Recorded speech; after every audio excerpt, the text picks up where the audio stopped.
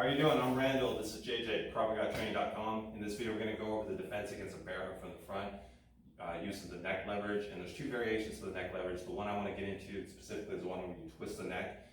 And there's three important details I want to cover that are often neglected by students. I want to address these three things to make sure that my students and other people are using them and why they're important. So here's what I'm talking about.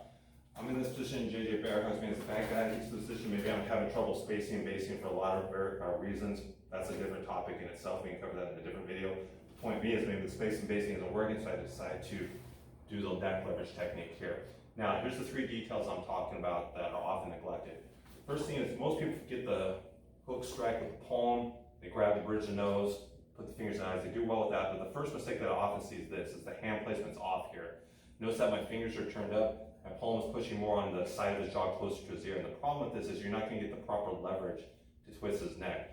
Proper leverage is to aim for the point of the jaw here, just right on the side, and to turn your fingers sideways like this.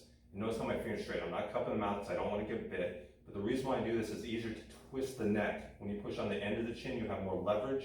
And when your fingers are straight in this direction, it naturally twists the neck easier. Push it here closer to the temple. I can't twist the neck as much. My wrist, my arm is bent back a lot more. Here, I can straighten my arm out a lot easier and get to the right spot for the leverage. So in conjunction with pulling with the hand on the bridge of the nose, pushing here makes a huge difference. The second detail is this: we'll switch sides. So right here is the second mistake a lot of people make, is that they don't utilize their lower body and twist their body. What I mean is they just use their upper body to twist, which, yeah, we do have a lot of leverage on the neck, but if the person's really strong, has a strong neck, it might be difficult. So remember to take the opposite side foot here. So if his head's on my left side, my opposite foot, my right foot needs to pivot, and I need to twist my hips. So excuse me, actually my other foot will pivot, but notice how my hips rotate into the technique, like this. So a lot of people just use their upper body. Like most combatives, you want to use your lower body to rotate into it. Okay, here, twist the hips like this. Now the last detail is most people, when they do the technique, when they first learn it, yes, they will make the person let go, the bad guy let go. But notice there's no takedown here. And the reason why he's able to still stand up is because I'm not putting a tilt on his head. So for this one, I'm going to do it straight on. You're going to be able to see JJ's head here. So I come across, hit here. Most people, when they twist the neck, they allow the head to stay up and down in this motion. The key to doing an effective takedown is when I get to here, notice that I'm going to put a tilt on his head like this. So notice how his head is angled like this.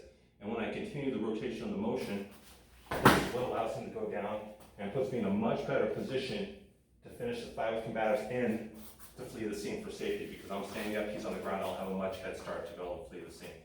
So those are the three details I often see neglected. I'll review them one more time. So the first thing we'll go on this side is hand placement.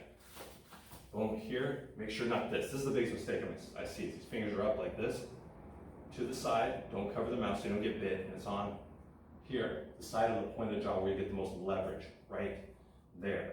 Second thing is twist your hips. Don't be afraid to pivot, just like you do a lot of combats. Put your hips into it. Obviously, you have to do it slow for safety when you train your partner. Notice how my hips rotate, not just the strength of my upper body. And the third thing is watch how JJ's head isn't up and down.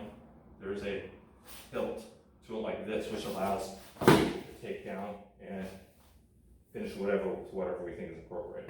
All right, thank you, JJ. So those are the three details that make sure you're doing when you're doing these bear hug defenses, and you're going to have a lot more success with them.